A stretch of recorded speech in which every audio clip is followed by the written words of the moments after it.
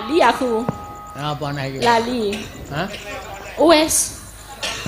Bapake mung arep nyedaki aku kok. Kowe oleh GR to. Lho, tenanan. Oh, nggih wis waton. Yakin aku, Pak. Oh, kowe rumahsaku kok nyedaki kowe iki kaya ayu-ayu. Oh, nyatane Elisa yo ayu. Ambune kaya apa? kadal Mesir. Kadal Mesir.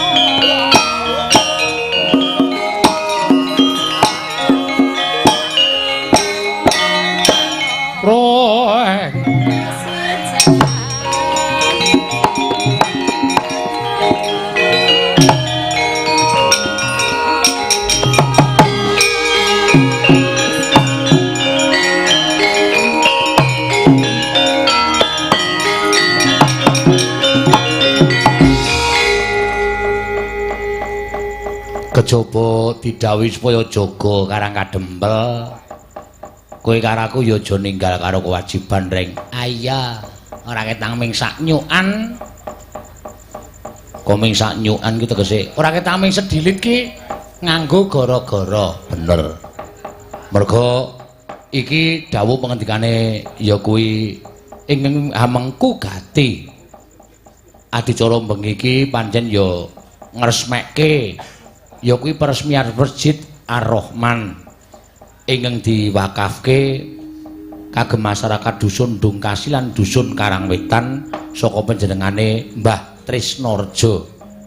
Ya muga-muga ora mung muga-muga pancen wis dipesthekke bakal pikantuk ya kuwi kanugrahan ingkang matumpa-tumpa saka kersaning Gusti Ngakarya Jagat. Amin.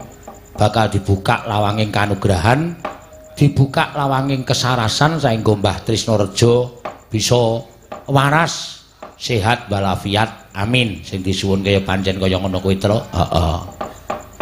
Putra putrine Mbah Trisnarja sing cacahe ana 11. Wah, ayo nek lanang kabeh iso dadi kesebelasan. Ayo.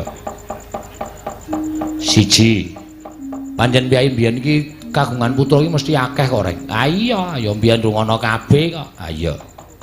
Letnan Kolonel Sukino, AKP Edi Mulyono, Ibtu Mujianto, Ibtu Sriyati, Ibtu Eni Nurlinasari Eskom, Ibtu Sri Mulyani Ledda Purnawirawan Gunarse TNI AD, Surahyo Suratmi Dr. Sumiyati MPD, Nurdadi Untara Esos. Lho piye? Wah, polisi kabeh ya, Tru? Heeh. Anakku lanang ki daftarke polwan ra ketompo-tompo. Piye maksude kuwi? Anakku lanang ki lho. Heeh. Daftarke polwan ora ketompo-tompo. Ora aku jane ngerti polwan ki apa? Polisi. Ha iya wane. Purnawirawan. Ngawur. Polwan ki polisi wanita. Nek wong lanang kok daftarke polwan ki ambok nganti modar ora ketompo. Wah, berarti goblok anakku ya. Ngono cita-cita kok so dadi apa le? Dadi polwan, Pak. Wah, aku ya bangga. Bareng daftar nang kepolisian ki ora ketompo. Terus saiki dadi polisi tidur. Wah. Men ditrindesi ban-ban kae. Polisi tidur iki saka semen kok ora. Petro, piye Mas Gari? Iki kowe karo aku supaya suwan mrene ora dadak werna-werna. Ya. Ayo ngaturake tetembangan sing kepenak merga nek nganti kesuwen Ndara Setyaki karo Ndara Garukutule jotosan nganti babak bundas. Heeh. Kejaba saka kuwi nek nganti kowe karo aku diserang para jim setan pripayangan apa ora cilaka. Lah iya, mula sing prayitna ngati-ati. Heeh. Ya iki ngripur sangganing para lenggah karo sangganing para pamirsa sing isih kepareng. Iki udan iki mau, Tru. Ha iya. Udan iki berkah kok, Gong. Tumraping warga Gunung Kidul kene udan kene iki mujudake suwijining berkah. Mergo kene iki le bercocok tanam iki jagake udan. Oh, iya. Ana pari tadah udan ngono ya. Mula men saya ngrembaka tetukulane saya apik saya becik. Amin. Sing dijaluk ya pancen ngono. Ha iya. Apik tenan masjide, Tru. Iya. Apika masjide kan ora dienggo salat. Mula arep apika masjid kae syukur bagi wargane ya padha tekun nindakake ibadah. Mula tak suwun sesuk nek pancen do diadani maghrib ora do teka. Le adan jam 9:30 awan. Lho. Kok nek do teka do dunek-unekke. Kowe iki nek diadani subuh ora do teka barang adan jam 9:30 do teka bareng apa? Oh iya kok. Ah iya. Ya pancen ya sing jeneng nindakake ibadah ki manut karo ati kok. Kudu kewajiban kok manut karo ati. Kewajiban terus sebagai manusia. Kowe iki urip dititahke karo sing gawe urip. Mongko sing gawe urip ndawake kowe ngibadah anut kepercayaanmu. Lho, nek wong Islam nindakake salat 5 wektu. Ha iya. Kowe kudu ditindakake. Nek nganti mrucut kowe ora nindakake. Ha iya. Oh, wis. Dosa apa sing bakal mbok sandang? Ha iya. Kaya Pak Trisno Rejo iki luar biasa lho, Truk. Iya. Ora mung iki masjid sing dibangun, ning endi-endi wis dibangun. Tangga desa ya wis dibangun masjid. Masjid iki sing maune gedhek, saiki wis dadi tembok apik kaya ngono, jerone keramik. Iya. Ora mung nggo turu. Ha iya. Ning nggo nindakake ibadah, pancen ya bener ngono. Yuk, iki kanggo ngemutake para warga Dungkasi karo Karang Wetan kene ngaturake tembang sing jumbuh karo peresmian bengi iki terus apa reng pepeling. Oh iya. Panyuwunan saka ing kagungan hajat pepeling supaya do eling marang Gustine. Lho. Ha iya, eling karo sing gawe urip. Iya. Cedhaka karo sing gawe urip mergo nek cedhak karo sing gawe urip iki rejeki bakal tumpuk matumpa-tumpa. Lho, kesalasan bakal sumanding, tentrem ayem pikire ora duwe grangsang, ora duwe rasa kepiye-kepiye, anane mung sarwa ayem. Iya. Sing kepareng nembang sapa? Nyuwun pambiyantune. Pepeling iki sapa iki sing urung? Ah coba saiki Mbak Ayu Purwalestari, leren Le Mamah. Rumah saku kok degek kok. Ya wis ben. Dilek sik tumbeni sik rasa kesusul. Eno. Heeh.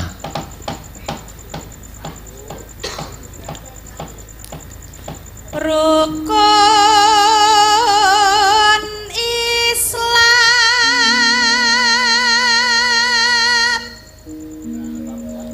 ping 5 kang 5 puniki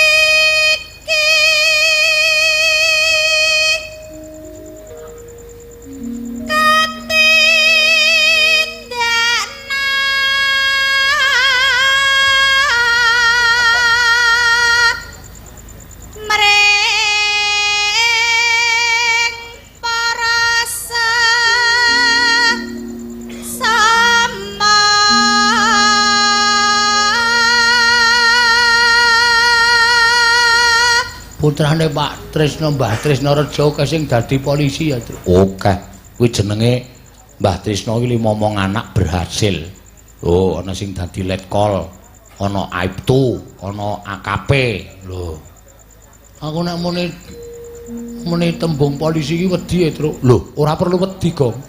Polisi iki teman masyarakat. Polisi iki sahabat masyarakat. Ora perkara le kowe. Lah ngopo? Aku tau nguyuh nang mburi patung polisi ya lho. Heeh. Nang nggon dalan-dalan ra ono. Iya. Tak nggo aling-aling tak nggo nguyuh.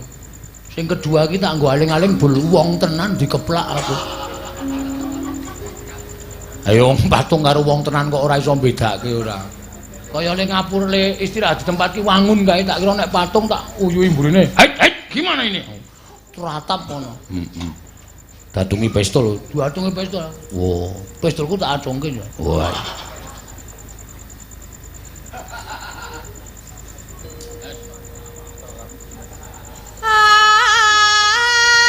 Aja padha ditinggalke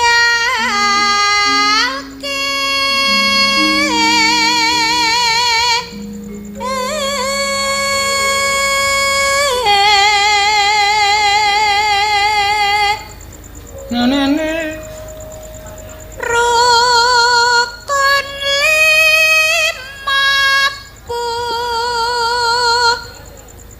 niku sahadat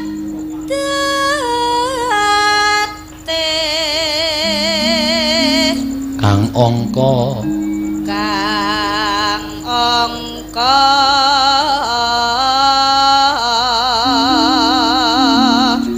siji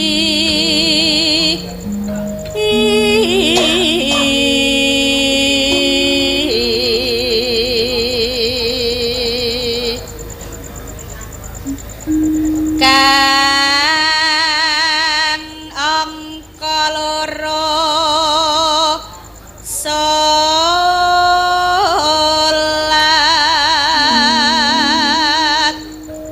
dene dene kang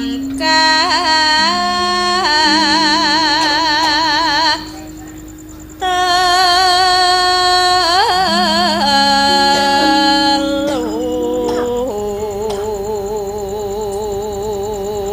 Ramadan Ramadan nindak napasa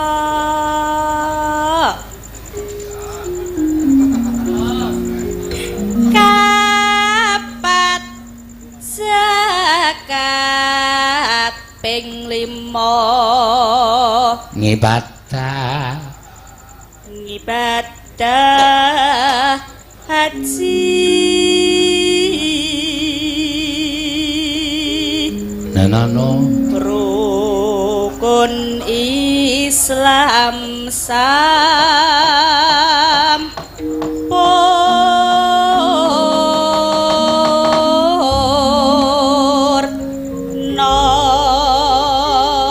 sinembang sapa neng wah kaya ngene iki apik-apik nek kur terus oh iya sinden 8 muni kabeh heeh tak nak ning nak lele la nak lele tang tang ya kendange ngau kendang jaipong oh iya ayo diunakke mangga ya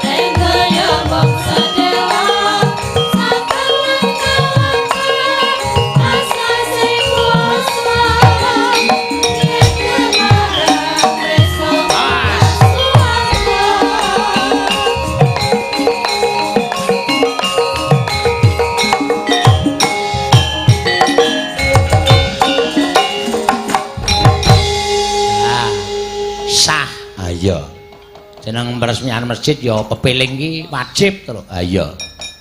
Mergo ngelingake wong manembah marang ngersaning Gusti. Ya pancen bener. Heeh. Iki tak ponto-ponto nawala sing tumiba nalika ana ing adicara. Limbukan mau isih ana sing kesingsal to lho. Isih ana sing kesingsal. Isih. Saka sapa? Saka panjenengane Pak Tukiman. Oh iya.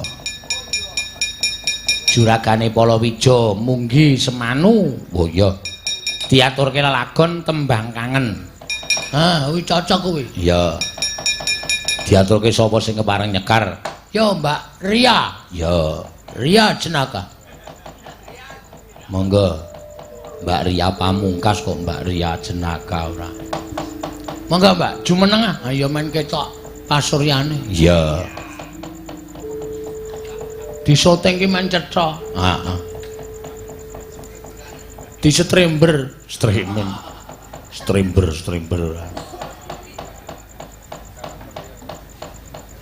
Dipun bawani rumiyin lajeng dipun dawaken tembang kangen. Heeh. Derek bawane napa? Kula nderek, Mbak. Nggih.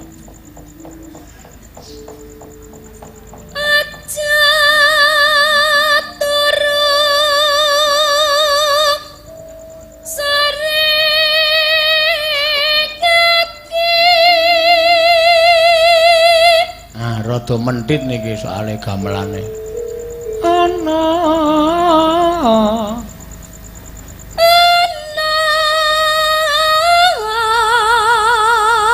ula dewa.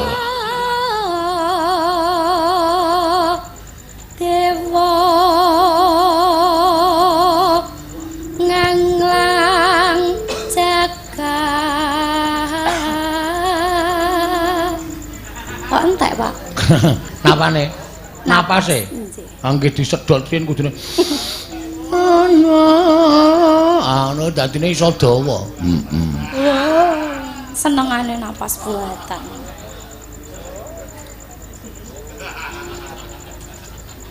Nyangkeng bokor. Nggih kancane. Mboten pareng niku. Boten nggih. Bokor kencanane. Niku nangan jare. Niki nakal. Pun ampun digagas niku niku meng wong memanfaatkan ngevlog. Kancanane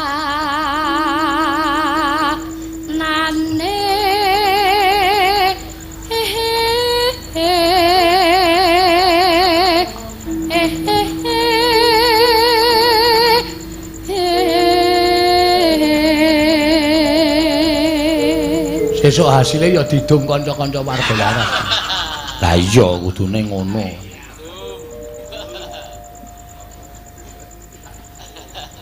Sing wingi tok dum kok ngurung. Ben do lali e. Ndung napa to, Pak? Dum niku napa? Beras.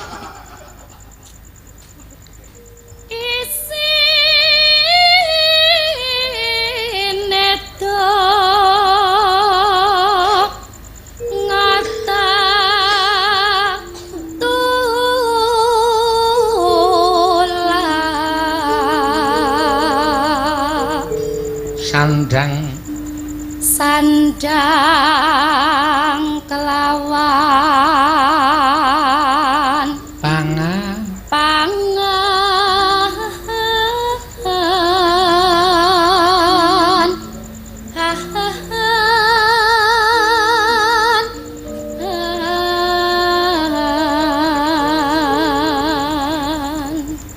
ya iku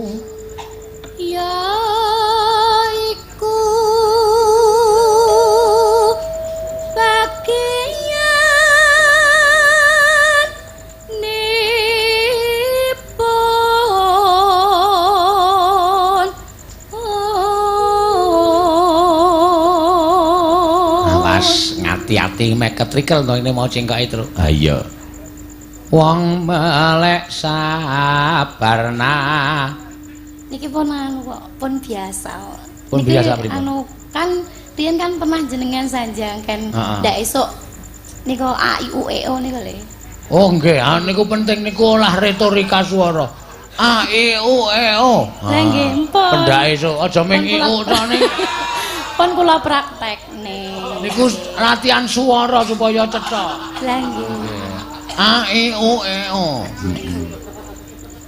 Ben esuk pokoke. Nggih, pun kok ben dinten malah. Wah, ya wis. Mulane wis cetha suarane wis.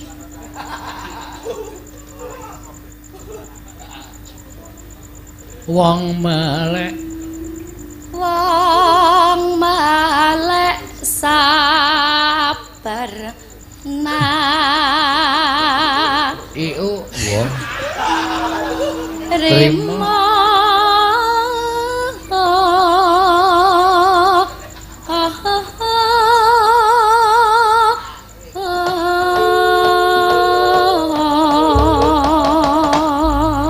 ya mangga tembang kangen ki aku sing nyuwun iki. Iya.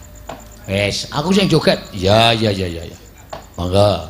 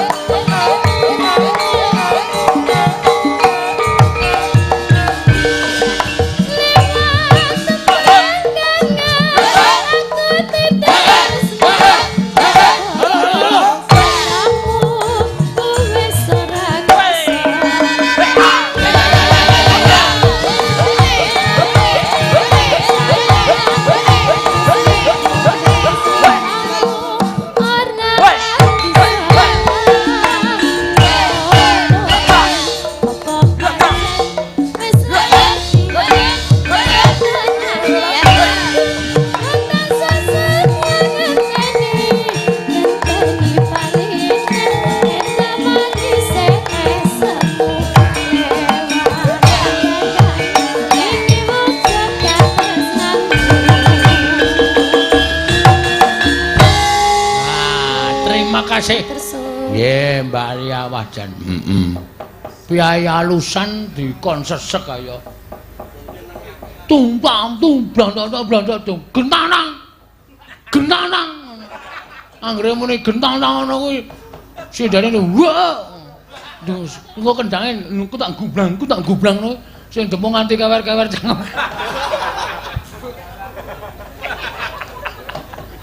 Aku tak tulis senenge. Seneng nek ana Warakasa seneng kamu diterus. Ah iya.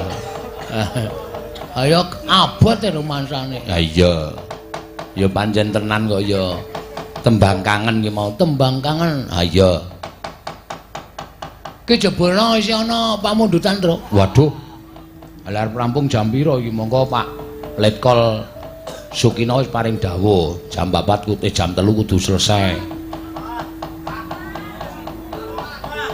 Kowe lah mesa dinyang. Ki sing positif sing kepiye iki?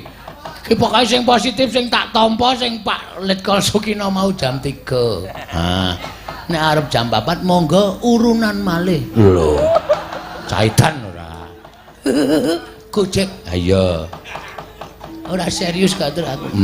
Ya pancen bener kok ya. Heeh. Ambok disekseni danyange kene nek aku gawe-gawe. Ha iya. Ya ora apa-apa arep manut kene Bapak Letkol. Ya. Iki sing pungkasan diaturke sesideman. Pamundutan saka sapa? Saya tak wacane Gong. Ora sanggup bawa, langsung wae heeh. Bapak Tukidi Subagio. Tukidi lho Pak Sino sanes Tumburi. Saking Flamboyan Marakas Bekasi sowan wonten TKP. Oh nyuwun sesideman sing dikersake Mbak Elisa. Oh iya, matur sembah nuwun. Niki kula saking Klaten Ngluruk. Oh nggih, matur sembah nuwun nggih. Yo Mbak Elisa. Mbak Elisa sesideman. Oke. Waduh. Masih bersama bareng-bareng dalam acara yang berbahagia ini. Sesideman. Oh, wis le medun sirah dhisik. Isih masih bersama. Iya. Ya ora apa-apa, ayo, mangga. Iki langsung nggih. Heeh, langsung ki ndak wektune ngoyang. Iya, mangga. Luweh becik patenono timbang pepisahan radang selestia rewangi samutono lawan kula warga karwan pakutra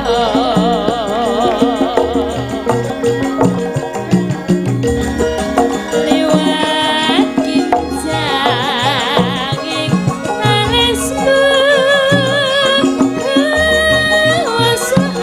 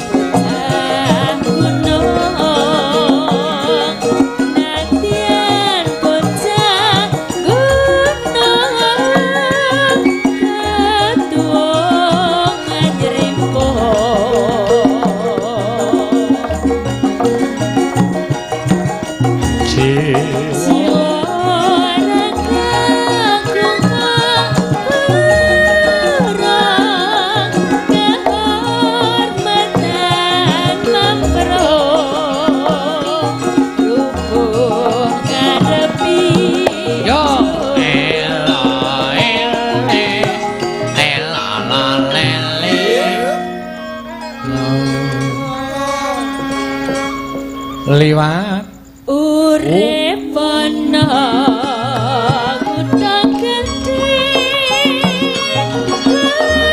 kowe tak tukange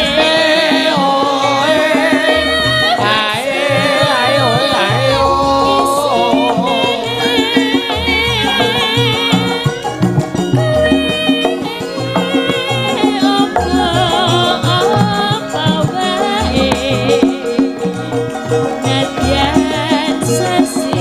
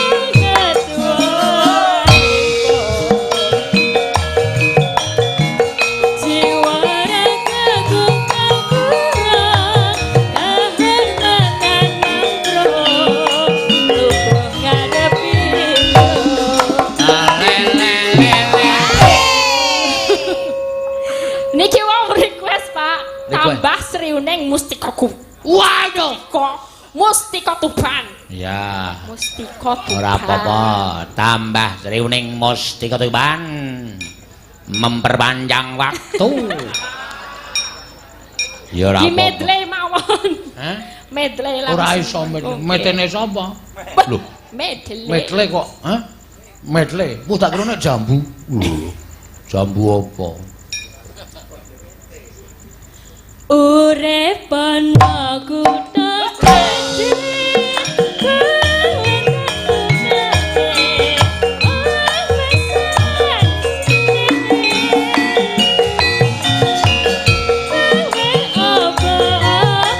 masuk sriuning.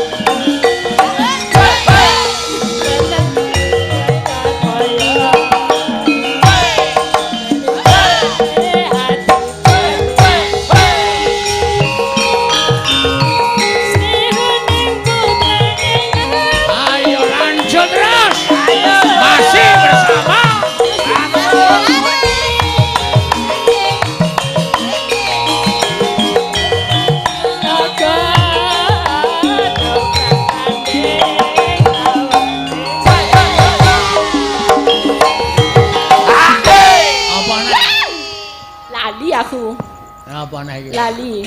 Hah? Wes. Bapake mung arep nyedaki aku kok. Kaya oleh GR ta. Lho, tenanan.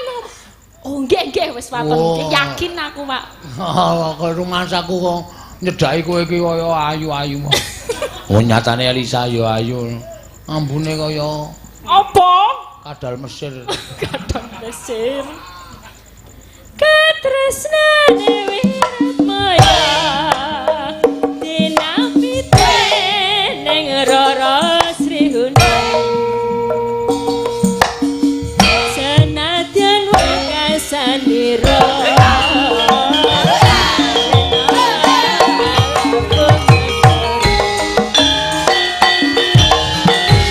sampun Sriuning wis diaturake. Sesideman wis diaturake. Ning yakin iki mau ora bapake ora mbisiki apa-apa. Mboten, Pak. Niki wong mbisiki napa? Mboten to, Pak. Sriuning to sesideman niku sampun. Oh ya wis. Sampun katuraken sedaya. Napa ajeng malih? Kula nggih remen. Kok kula nggih remen kowe remen wae dikakeki dhuwit. Ha iya. Wis bali nang gone. Ya. Ngono ndak. Engko waktune setengah jam iki ya ora nyandak nek nggo lakon ya bablas-bablas sithik ora apa-apa. Liwat-liwat sithik ora apa-apa, Geng. Ayo nindakake jaga Karang Kadempel diteruske, Truk. Iya, Truk, ya kok ndak sedukani karo bapak. Ya. Leng-lengen yang mangu-mangu kok.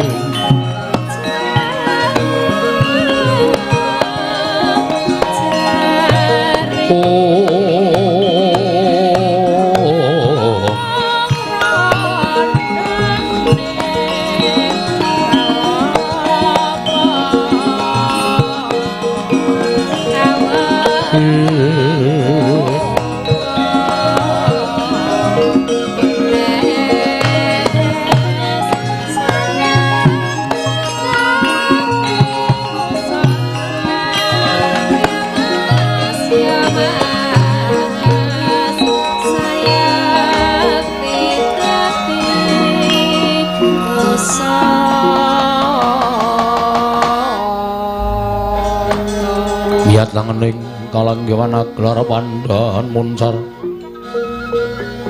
tinon lir kekonang surem sorotetan padang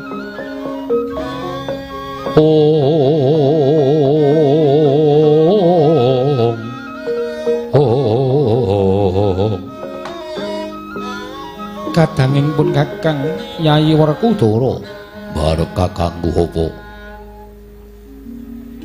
kaya bingung penggaling pun Kakang bareng nyumurupi jroning pasewakan ora katon suwane kadangmu Yayi Panengah Dimas apa ana kabar pawarta babagan adimu Panengah ya kuwi si Arjuna menyang endi dene dina samengko ora katon sowan marang Praja Ngamarta ora usah dadak takon perkara Janaka sepisan aku ora ngerti menyang endi dununge Janaka angka loro mesine barep kakangku ora bakal pangling karo watakane adikku ya kuwi si Arjuna nggone lunga saka negara Ngamarta ora mung pisan iki nanging marambah makaping-kaping mula perkara jroning pasewakan iki ora katon suwane Janaka tumrapaku ora dadi sabab ingkang wigati apa ta darulane dene barep kakangku nimbali sowane adi-adimu kabeh mula gage paring pangandikan aku nedya midhangetake ngendikane barep kakangku Dimas Werkudara barep kakangku piye pawarta ingkang sumebar warata saindenging negara Ngamarta lamun dina iki Kakang Semar bakal duwe gawe apa lunganing Arjuna iki mau ana sambung rapete kelawan Kakang Badranaya nggone duwe gawe iki Yayi Werkudara miat langeneng kalangguan aglar pandhan moncar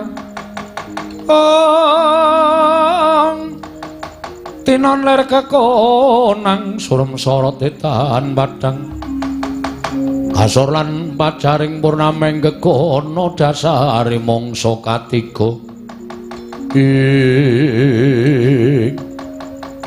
dereng ngantos paripurna nata ing Amarta Prabu Darmakusuma medhar sabda kelawan ingkang ngraying Jodipati kedadak sowaning satra ing Randhu Gombala Bambang Antasena karya Cingak kang samya mulat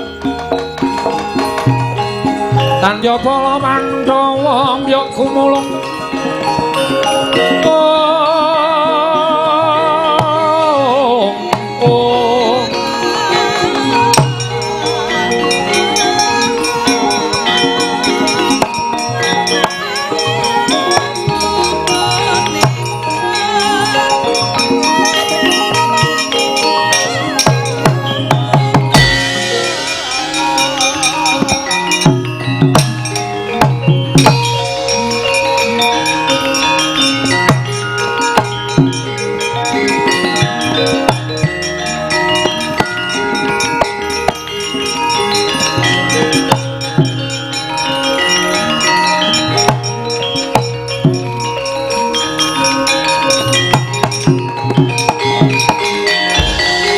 Mara remang usum yung ambrang Kadi karonaning kaswase dosang bondo astrat mojo lengleng lalu mangulati Antasena gawe kaget wakmu Ngamarta sowan tanpa tinimbalan sing gedhe pangapurane Pakdi aku sowan tanpa tinimbalan wah caedan ning opo gawe kaget wong tuamu sowan negara Ngamarta sepisan ngaturke bekti ngaran Pakdi karo Kyaine Jodipati ya tak tampa angka loro sowanku ora saka Ngrandu Gumbala Pakdi nanging aku budal saka Karangkadempel midhanget pawarta yen to kakekne Semar bakal duwe gawe monggo bareng aku karo Kakang Garwaca Kakang Antarja sowan ning Karangkadempel kakekne Semar prasaja yen to bakal mbangun kayangan nanging dudu kok kayangan papan sing endah kaya dene kayangan dudu kakekne Semar mbangun kayangan ming kepengin bangun uripe para kawula sak negara Ngamarta kuwi mbane urip ana ing kayangan kebak katentreman lan kabagyan. Wis ora bakal tak jlentrehke wose gegayaning kakekne Semar mau luhur lan becik. Nanging dumadakan babak anglayoni jujul lan usuli. Ora kanyono-nyono rawing Siwandarawati didherekake Paman Madukara. Ingkang ora trima nggone kakekne Semar bakal bangun kayangan. Jebul tinemune Siwandarawati didhawuhi dening Iwang Pikulun Bathara Guru supaya njugarake gegayaning kakekne Semar. Monggo sejatine kakekne Semar ora bakal biniat ngembari marang Kayiwangan yo mung kepengin bangun negara Ngamarta. Uripe para kawula embane kaya urip ana ing Kayiwangan. Nganti geger Siwandarawati sajake wis ora melu kalawan kabejaning kakekne Semar. Klebu Paman Janaka sajake kok malah bangun miturut karo dawuh pengendikaning Siwandarawati. Paman Janaka ora melu karo kabejaning kakekne Semar nggaris momong lawan Paman Janaka lan sak kulawargane. Dina samengko Karangkadempel geger, aku diutus kakekne Semar supaya mboyongi Pakde Puntadewa ndak aturi tindak rawuh ning Karangkadempel. Supaya mundi pustaka Jambus Klimasada dadi sarana tentreming Karangkadempel, Pakde.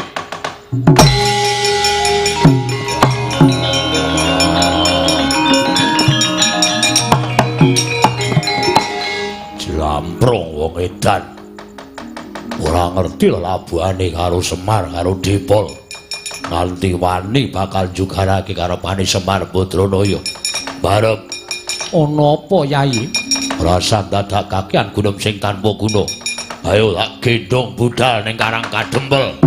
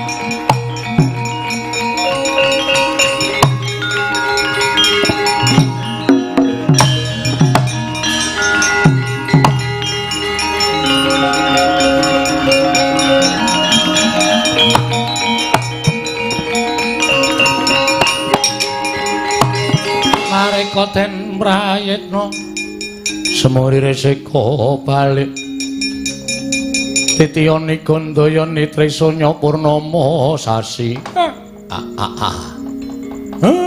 matur nuwun nggih Den Darantasena ya kek tiba padha-padha sinuwun Ngamarta Kakang Semar pancen kepara nyata Darawarku Dara ya Dipol aku sing tekan kene ature anakku Antasena apa pancen kepara nyata kula niku ora tau gawe-gawe mbok menawa Sinuwun Darawati mengka prawasa rasa pekewuh kalih manik maya kaprawasa rasa sing ora kepenak karo wong tuane dhewe merga Sinuwundarawati niku titis Wisnu. Wisnu niku anake guru.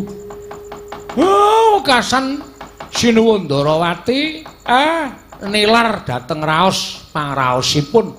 Angenipun sampun sambet memitran kalih Semar pinten-pinten taun laminipun.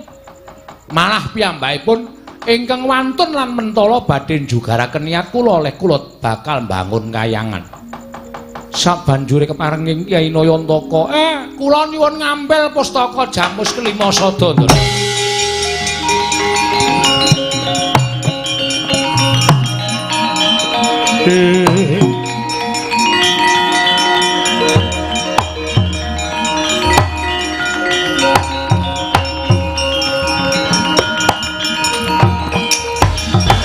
Marahin asma bang mangaruna kadinetrane nganggo rapo sabdaning kukila ring kanikara sageter kene donganing kunglir wuwu sing pini panca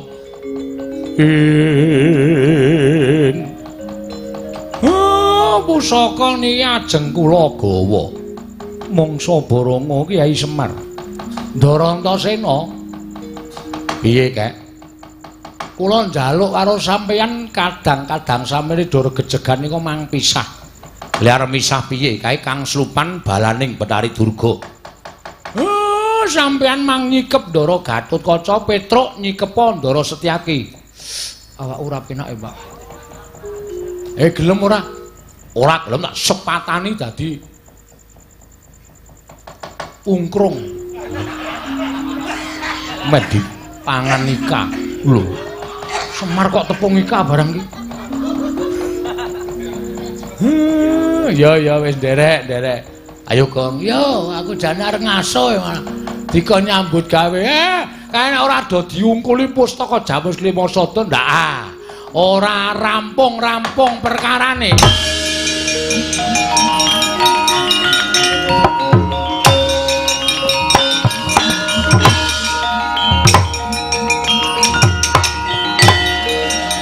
Yo Gong, yo.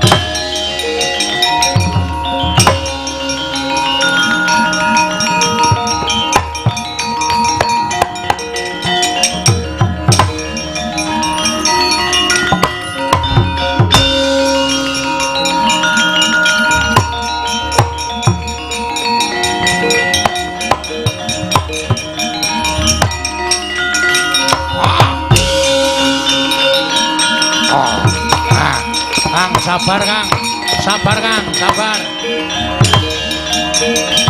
Oh iya, iya.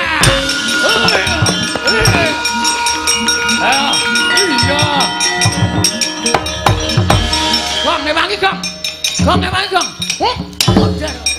Terus. Nah, tanganane ndak ora rampung-rampung terus ngono. Waduh. Wis guys, digajol kita caku kalah kok iki tak digangsum iki warane.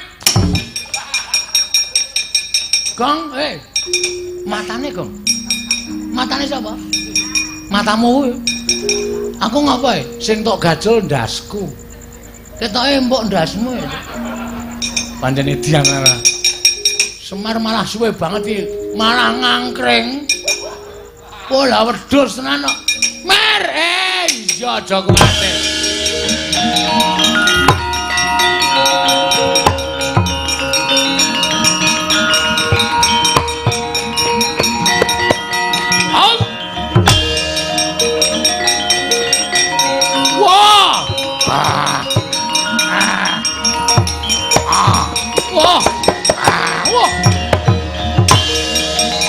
Sabar, Doro.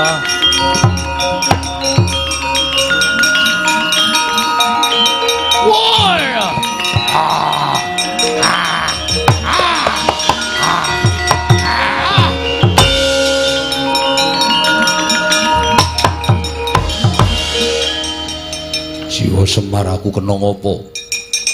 Kakang Semar aku kena ngopo? Sampean dora ngerti.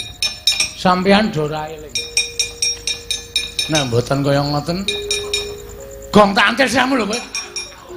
Metu ora terus. Ora, ameng dinyonyokke kok metu.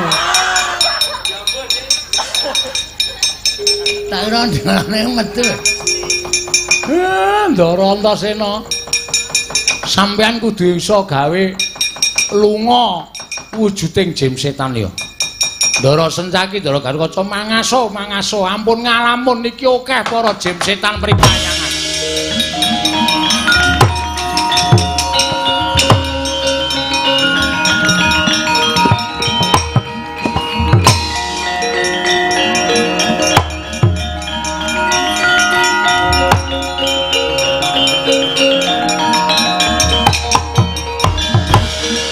Kowe dadi kawula Karang Kadempel kok ora gelem nyambut gawe Bagong rene. Nggih. Jim setan pirang-pirang. Kawula Karang Kadempel tilik ana nek do kang slupan. Kowe kudu nganggo japa mantra sing tak paringke karo kowe. Japa mantrane apa, Pak? Japa mantrane aja dodol Pak, aku ora hafal. Ya ora. Teguh yuwana slamet saka kersaning Gusti. Anggeneng demit kowe muni ngono ora kobong awake. Oh nggih, nggih. Wis kuwi. Muni apa, Gong? Teguh. Teguh ngopo? Teguh piye? Teguh yuwana slamet saka kersaning Gusti. Teguh yuwana slamet adine Teguh. Slamet saka kersaning Gusti, slamet saka kersaning Gusti. Golek setan. Yo. Teguh yono aku Petro. Kaya setane rupamu. Matamu. Akang niku ngoten. Yo.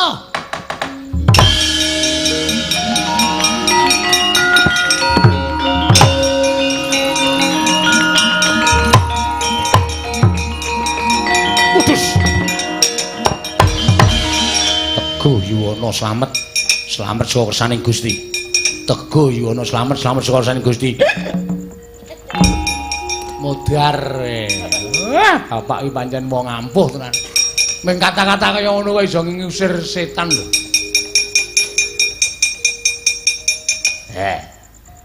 Ayo.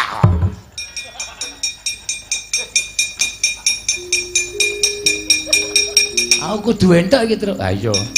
Nggo nyoba kok. Teguh yuwana kaya.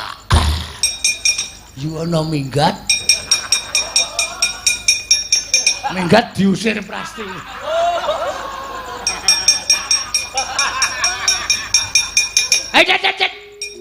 Teguh yuwana slamet saka kersaning Teguh.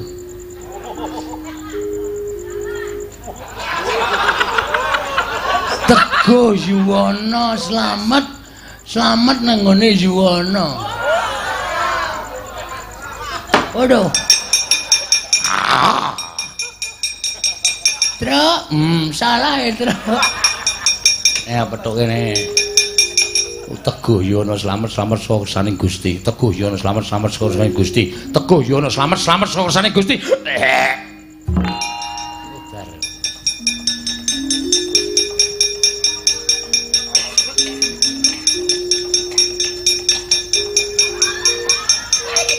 Waduh. Iki kok nggawa teken kok gathuk ro awak.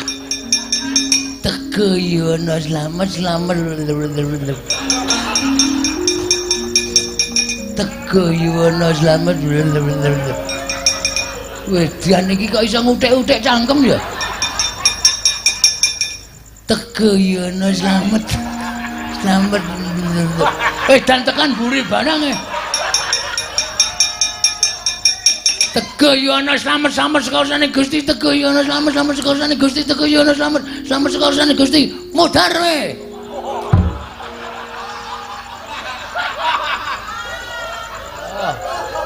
Kram ora kowe. Mate kowe. Wis, kram kowe.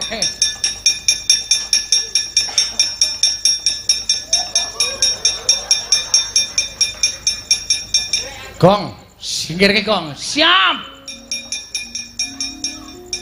Wit.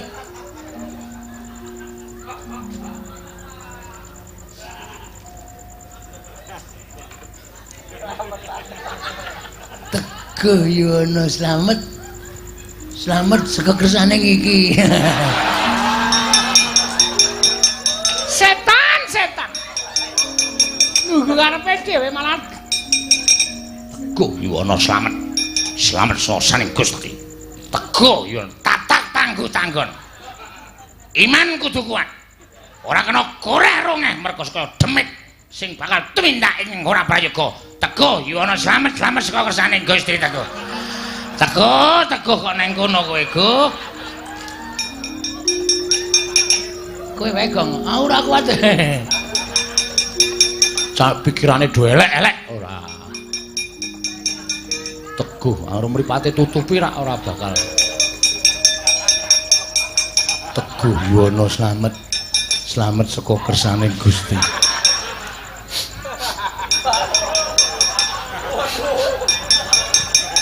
Teguh Yono Slamet saka kersane Gusti. Mripat tak tutupi kok tetep mambu ya. Teguh Yono Slamet saka kersane Gusti. Teguh Yono Slamet saka kersane Gusti. Halo, Semare ora kuat kok.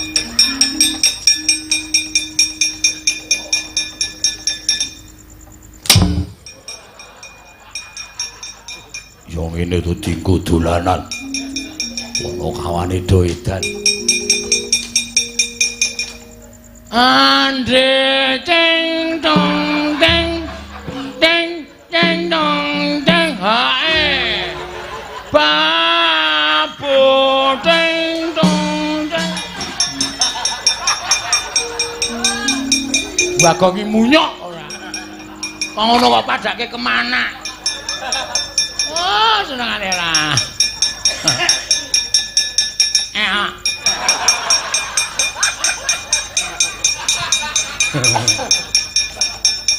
Ora do edan.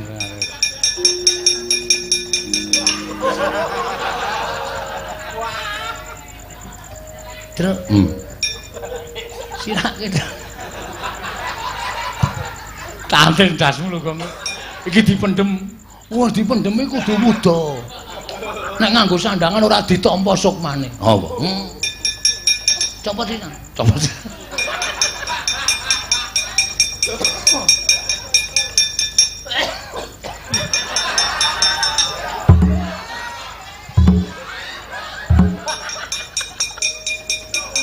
Kandhane senengane ngayal. Mangkelake ora senengane ora.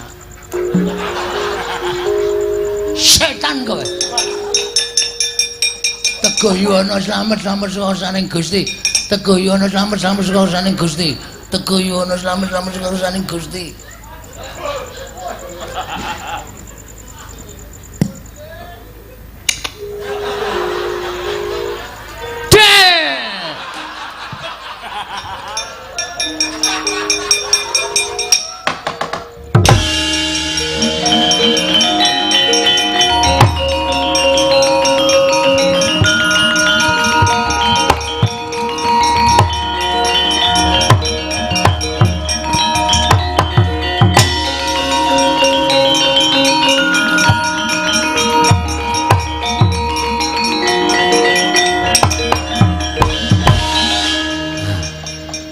Wong kuwi aja sok kongkonan ning nek kurang kira-kira kurang marem matimu kuwi takokno karo sing kawogan.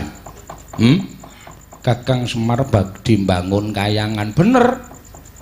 Ning aku ora arep mbangun kayangan padha sing mbok lenggahi ning kayangan Suralaya kono ora. Aku ora sulap karo kamukten. Aku ora sulap karo gebyaring bondo donya, aku ora sulap karo derajat pangkat. Semar ki dadi pamomong.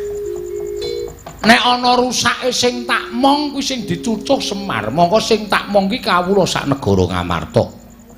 Lah nek aku kepengin mbalekake panembahe wong sak negara Ngamarta, mbalekake morale wong sak negara Ngamarta supaya urip tentrem ayem, embane urip ana ing kayangan nganggo tembung bangun kayangan. Ngono ki apa kleru?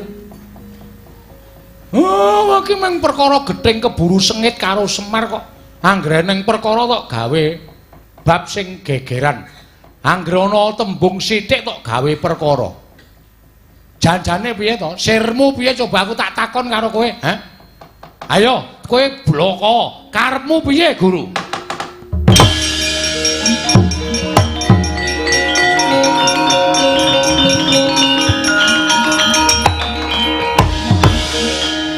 Kakang Ismaya kula nyuwun pangapunten.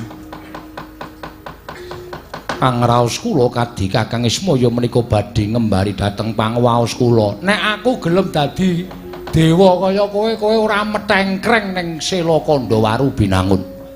Nek aku gelem dadi dewa karo Kakang Tejamaya mbiyen kowe ora gleleng dadi dewaning para dewa. Inggih, kula nyuwun pangapunten. Ayo bali. Inggih. Betari Durga jak bali. Inggih, ngestaken dawuh. Kowe iki jare wis pegatan kok isih runtang-runtung. Kowe iki jare wis pegatan kok tilik bayi barang isih wong loro. Sirmu piye? Kok isih bareng karo ayah.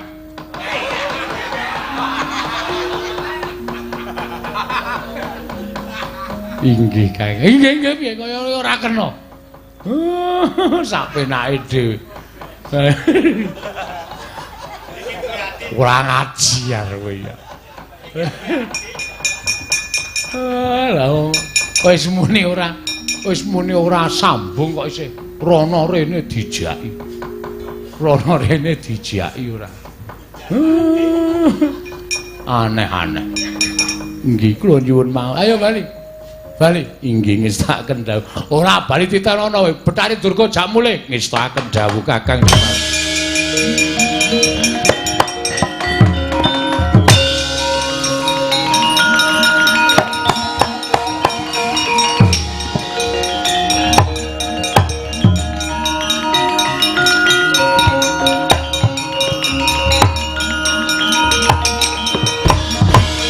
Durga kula wonten maring dawuh.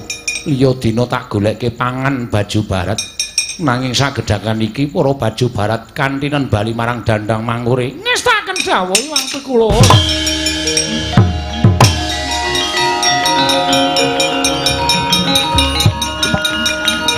Wah.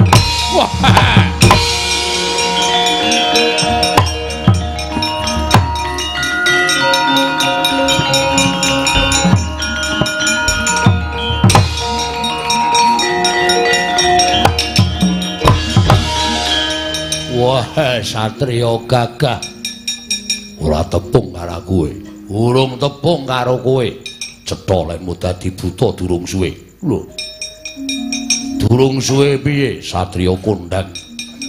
Saka ing Jodipati nunggul pawenang kabeh menungsa padha ngerti Raden Werkudara. Kowe ora tepung karo Werkudara. Lekmu dadi buta mung lelamisan. Durung suwe buta, durung pinter dadi buta, dadak dadi buta. Wah, gaglak limpamundi Semar yo tampanono. Waduh. Lho.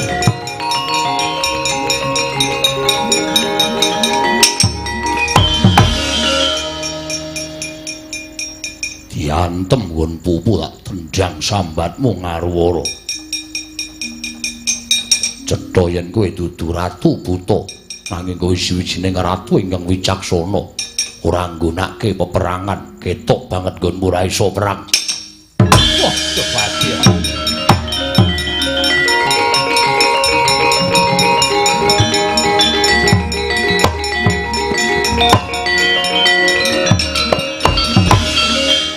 Werkudara, ya.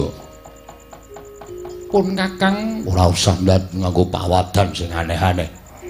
Bathara Guru wis bali ning Kayangan. Wis ngakoni nggone Kakang Semar bakal mbangun Kayangan.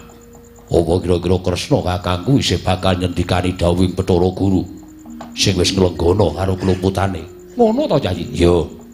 Pun Kakang tak ketemu karo Kakang Semar aku tak nyuwun pangapura. Wah, syukur Kresna kakangku.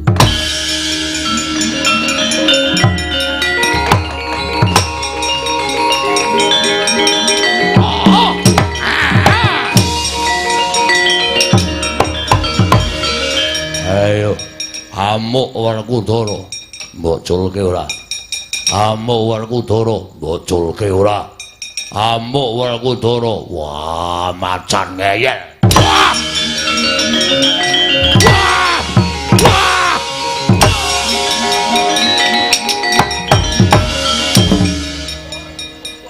Kakang Mas. Munia. Nggih. Nyuwun pangapunten. Dadi macan nyokot sapenae dhewe ngerti watake kakangmu.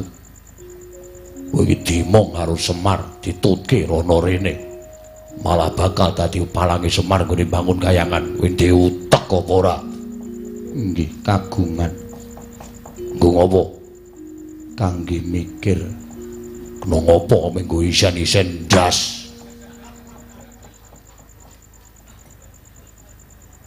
Ngaku.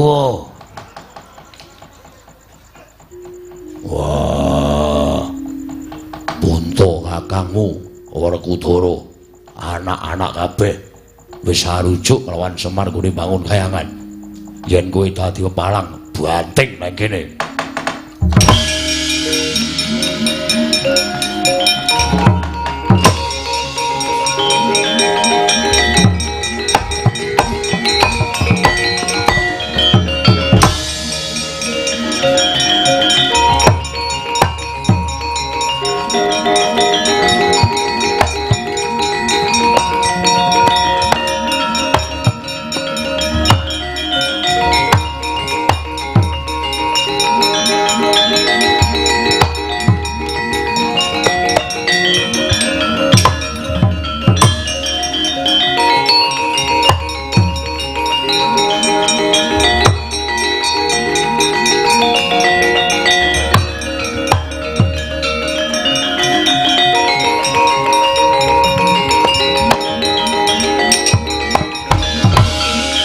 Semar, aku nyuwun pangapura kakang.